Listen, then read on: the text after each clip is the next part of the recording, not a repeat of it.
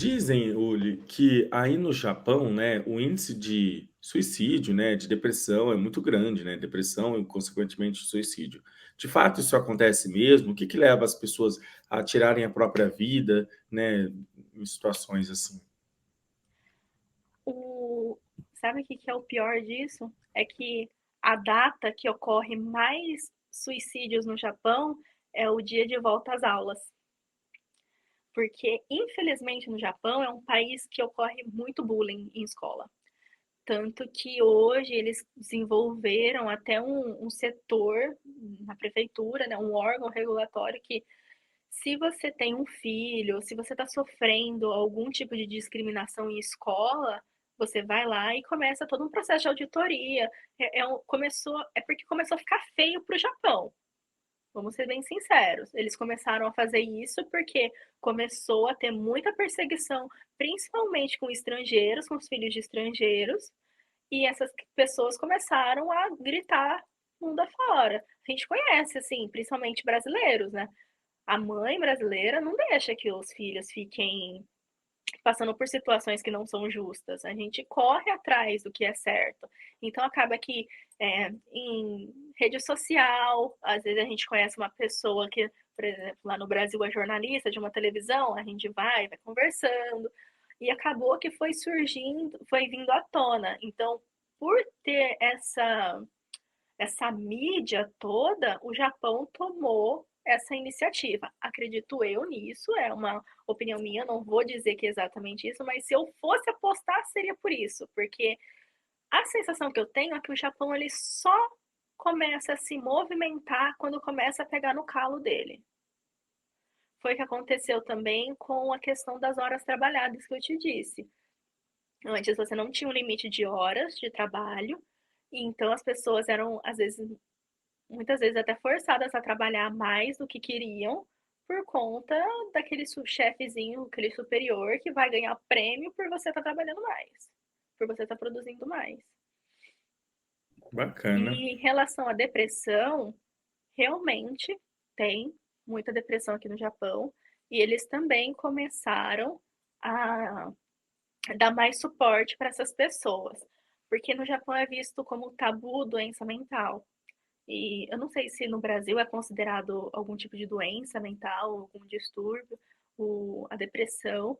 Então, no Japão, se a pessoa ela é diagnosticada com depressão, ela pode ficar até 3 anos afastada por motivo médico.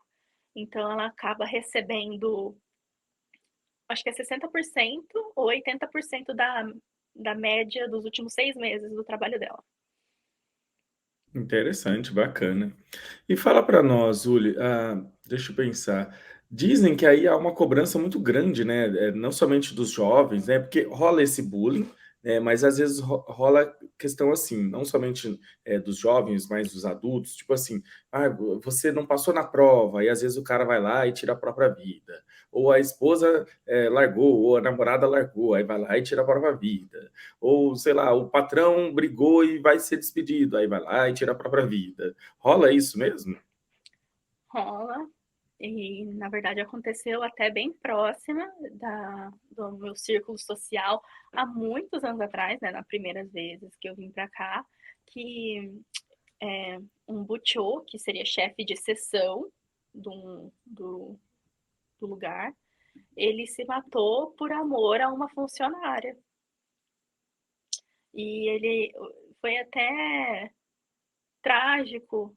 E eu falo assim que foi até um pouco engraçado, assim, de uma maneira mórbida, porque tinha sido construído esse prédio cheio de apartamentos novíssimos, eram apartamentos grandes e tudo mais. E ele tinha alugado aquele apartamento porque ele falava que ele ia viver com essa pessoa ali. E acabou que ele se matou ali. Então, aquele japonês é muito supersticioso em relação à morte. Então, se você tá em um lugar onde uma pessoa morreu ou se matou, o valor cai muito. Então, naquela época que você pagava 50, 60, 70 mil ienes por mês de mensalidade, caiu para 17 mil o mês. Caiu bastante. Caraca. Então, começou a ir morar muito brasileiro lá, porque porque era barato e era bem E o localizado, era no Brasil, centro, era perto de shopping, entendeu? Ah, e o porque você fala tipo brasileiro assim, ah, tá nem aí. é, nem aí, porque para eles era tipo assim, ah, eles não ficam porque eles têm medo tipo de fantasma, né? De maldição, aquela coisa, igual os filmes japoneses de O terror. grito, credo. É bem isso aí mesmo. Que medo. Então acaba que. Ah, e também tem gente que paga, né, para poder benzer a casa, né? O Japão, ele tem essa religião que chama Shintoísmo, e geralmente antes de você construir a sua casa, você contrata essa pessoa para vir, eu diria, benzer o seu terreno para que nada de ruim acontecesse com a sua casa. E se você começa a sentir alguma coisa, assim, ou acha que a sua casa está assombrada, ou se você sempre sofre acidente de carro, por exemplo, ou se você no seu trabalho tem uma suspeita de que tem algum fantasma lá, aí você contrata essa pessoa para ir lá fazer Credo. um. É Tem isso. engraçado que parece coisa de filme, né? O fantasma. Mas realmente acontece. Eu tô morando em uma casa agora, né? A primeira casa que eu tô morando. É uma casa relativamente grande. Ela tem uma cozinha, uma sala e 3 quartos. E ela é 2 andares. Ela tem um quintal grande e tem a garagem que dá pra colocar 2 carros confortavelmente. E eu pago 35 mil no aluguel dessa casa. Tá certo que é uma casa muito antiga. Eu acho que ela tem mais de 50 anos.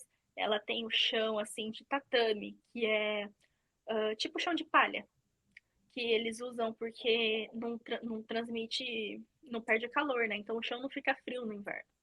É bom porque não fica frio, mas dá uma alergia. Então é sempre tem que ficar limpando bastante. Então, os papéis de parede, essa casa é de madeira com concreto, então ela é muito fria no inverno e com certeza vai ser muito quente no verão. Ah, e aí uma amiga minha falou assim, ai não, tá muito barata. Zetai que alguém morreu. Certeza que tem fantasma. Eu falei, você tá doida? E morreu alguém aí? Não, Ah, morreu não. sei, sei lá, vai saber, né?